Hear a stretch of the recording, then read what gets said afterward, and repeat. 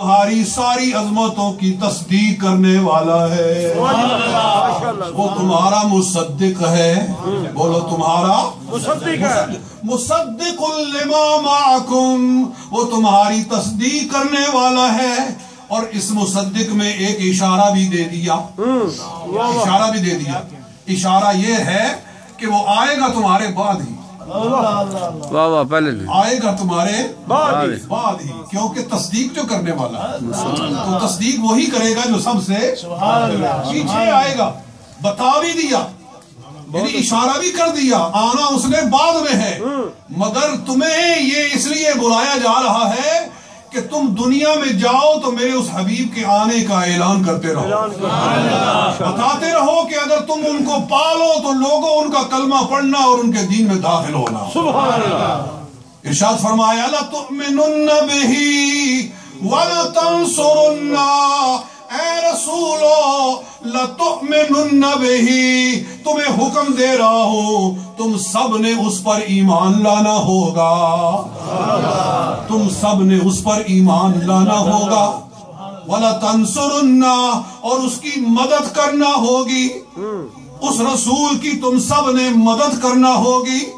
یعنی فرمایا جا رہا ہے جب میرا محبوب آ جائے گا تم پیچھے ہو جاؤ گے، وہ آگے ہو جائے گا، تم مقتدی ہو جاؤ گے، وہ تمہارا امام ہو جائے گا، تم باراتی ہو جاؤ گے، وہ تمہارا دولہا ہو جائے گا۔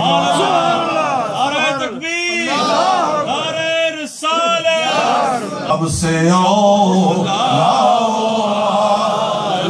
ہمارا نبی، سب سے والا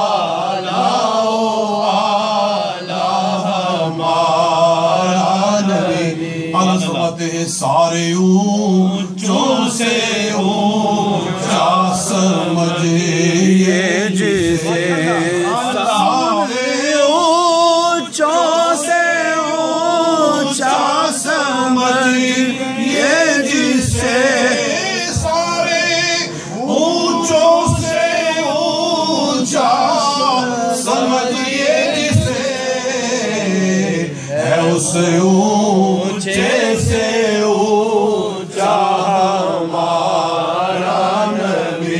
سب سے اولا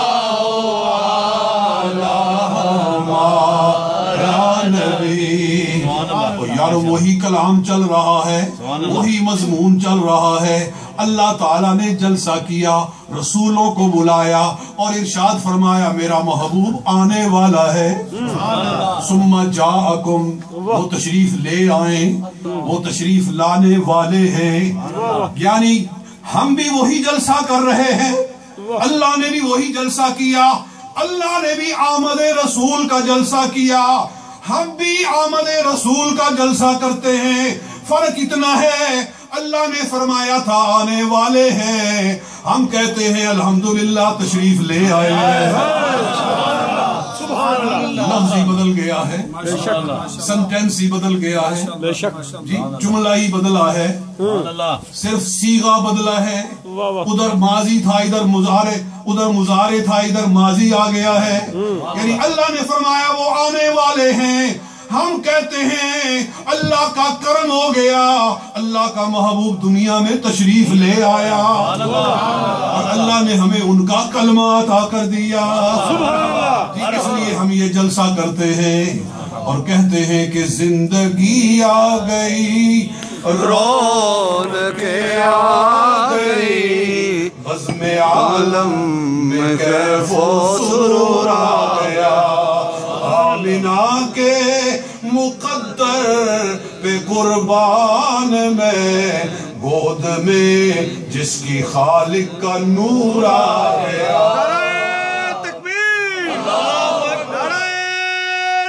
نقطہ ہے اور یہ ساری باتیں میں نے اپنی تفسیر میں لکھی ہیں ماشاءاللہ۔ ابھی تو وہاں بہت کچھ لکھا ہے، بڑے بڑے سوالوں کے جوابات بھی دیے ہیں۔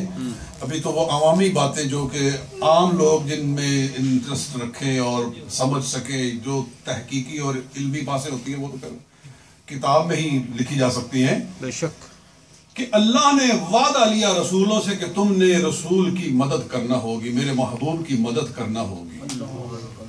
پھر وہ مدد کیسے ہوئی؟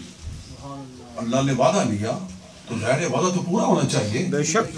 جو وعدہ پورا ہی نہ ہو سکے، جس وعدے کے پورے ہونے کا امکان ہی کوئی نہ ہو، چانس ہی کوئی نہ ہو، وعدہ لینے کا مقصد کیا ہے؟ بے شک. میں آپ سے وعدہ لوں جی جلسہ ہونا، آپ نے آنا ہے، آپ کی یہ ڈیوٹیاں لگا رہی ہیں جی، اور مجھے پتا ہے کہ وہ جس کے آنے کے لیے ڈیوٹی لگائی جا رہی ہے وہ تب آئیں گے جب سارا جلسہ ختم ہو چکا ہوگا. تو بعد میں آپ سوال کریں گے کہ مولوی صاحب یہ آپ نے بڑی عجیب بات کہی.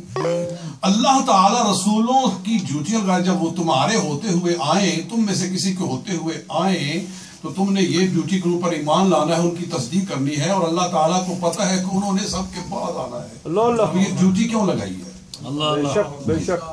سوال ہے. تو سنو، اللہ تعالیٰ نے وہ وعدہ دو طریقے سے پورا کیا. سبحان اللہ. وہ ازل کا وعدہ جو عالم ارواح میں رسولوں سے لیا گیا تھا، اللہ تعالیٰ نے دو طریقے سے پورا کیا. پہلا طریقہ یہ تھا، جب معراج کی رات آئی، اللہ تعالیٰ نے اپنے محبوب کو اپنے پاس بلایا. بلاتے ہوئے راستے میں کہا آپ مسجد اقصی میں تشریف لے جائیں، میں سارے رسولوں کو بلاؤں گا، آپ کے پیچھے کھڑا کروں گا. سب رسول آئیں گے، آپ کے پیچھے کھڑے ہوں گے، وہ مقتدی ہوں گے، آپ ان کے امام ہوں گے. وہ آپ کے پیچھے ہاتھ باندھ کر کھڑے ہوں گے اور زبان حال سے بتا رہے ہوں گے ہم تو ان کے امتی ہیں، آقا تو یہ ہے، امام تو یہ ہے. جی وہ آپ پر ایمان بھی لا رہے ہیں، آپ کی مدد بھی کر رہے ہیں. اور دوسرا یہ تھا کہ کوئی زنجیر ہو، اس کے کڑے ہوتے ہیں، کڑے کے ساتھ کڑا لگا ہوتا ہے. بے شک. اگر اس کے آخری کڑے کو پکڑ کے کھینچ دیا جائے تو سارا زنجیر کھنچ جاتا ہے. بے شک. بے شک. صحیح ہے کہ نہیں؟ اس کا آخری کڑا پکڑو، کھینچو تو سارا زنجیر کھنچ جائے گا. پہلے رسولوں میں سے جو آخری رسول ہے وہ ہے عیسیٰ علیہ السلام. پہلے رسولوں میں سے آخری رسول عیسیٰ علیہ السلام. وعدہ یہ لیا گیا تھا کہ تم میں سے کوئی موجود ہو اور حبیب آ جائیں تو تم نے ایمان آنا ہوگا، مدد کرنا ہوگی. اللہ تعالیٰ نے پچھلے رسولوں میں سے آخری رسول کو زندہ آسمان پہ اٹھا لیا. عیسیٰ علیہ السلام کو زندہ آسمان پہ اٹھا لیا. وہ آسمان میں زندہ موجود ہیں اور قرب قیامت میں ان کو لایا جائے گا اور ان کے ذریعے دین مصطفیٰ کا ڈنکا بجایا جائے گا، دین مصطفیٰ کی مدد کروائی جائے گی. اس لیے سرکار دو عالم صلی اللہ علیہ وسلم نے ارشاد فرمایا کیف حالکم کیف بکم، یہ مسلم میں حدیث ہے، ابو ہریرہ راوی ہے، تمہارا کیا حال ہوگا اذا نزل فیکم ابن مریم و امامکم منکم، وہ وقت کیسا ہوگا جب تمہارے اندر ابن مریم نازل ہوں گے اور تمہارا امام تمہیں میں سے ہوگا. تمہارا امام تمہیں میں سے ہوگا اور ابن مریم نازل ہوں گے، عیسیٰ علیہ السلام نازل ہوں گے. چنانچہ حدیثوں میں اس کی وضاحت ہے کہ حضرت جناب امام مہدی مسجد میں نماز پڑھا رہے ہوں گے، عصر کی نماز ہوگی، وہ اللہ اکبر کہنے والے ہوں گے، اقامت ہو چکی ہوگی اور ابھی اللہ اکبر نہیں کہا ہوگا کہ عیسیٰ علیہ السلام اس مسجد کے مینار پر اتر آئیں گے. عیسیٰ علیہ السلام اتر آئیں گے، ان کو سیڑھی کے ذریعے وہاں سے نیچے لایا جائے گا. امام مہدی کہیں گے آپ نماز پڑھائیں، عیسیٰ علیہ السلام کہیں گے نہیں آپ پڑھائیں. 2-3 مرتبہ تکرار ہوگا، اس کے بعد امام مہدی ہی نماز پڑھائیں گے اور عیسیٰ علیہ السلام ان کے پیچھے نماز پڑھیں گے. حالانکہ شان حضرت عیسیٰ کی زیادہ ہے، وہ رسول ہیں، مگر بتانا یہ چاہتے ہیں میں واپس آیا ہوں، میں رسول بن کر نہیں آیا، میں سرکار کی امت میں شامل ہو کر آیا. نعرے رسالت، نعرے رسالت،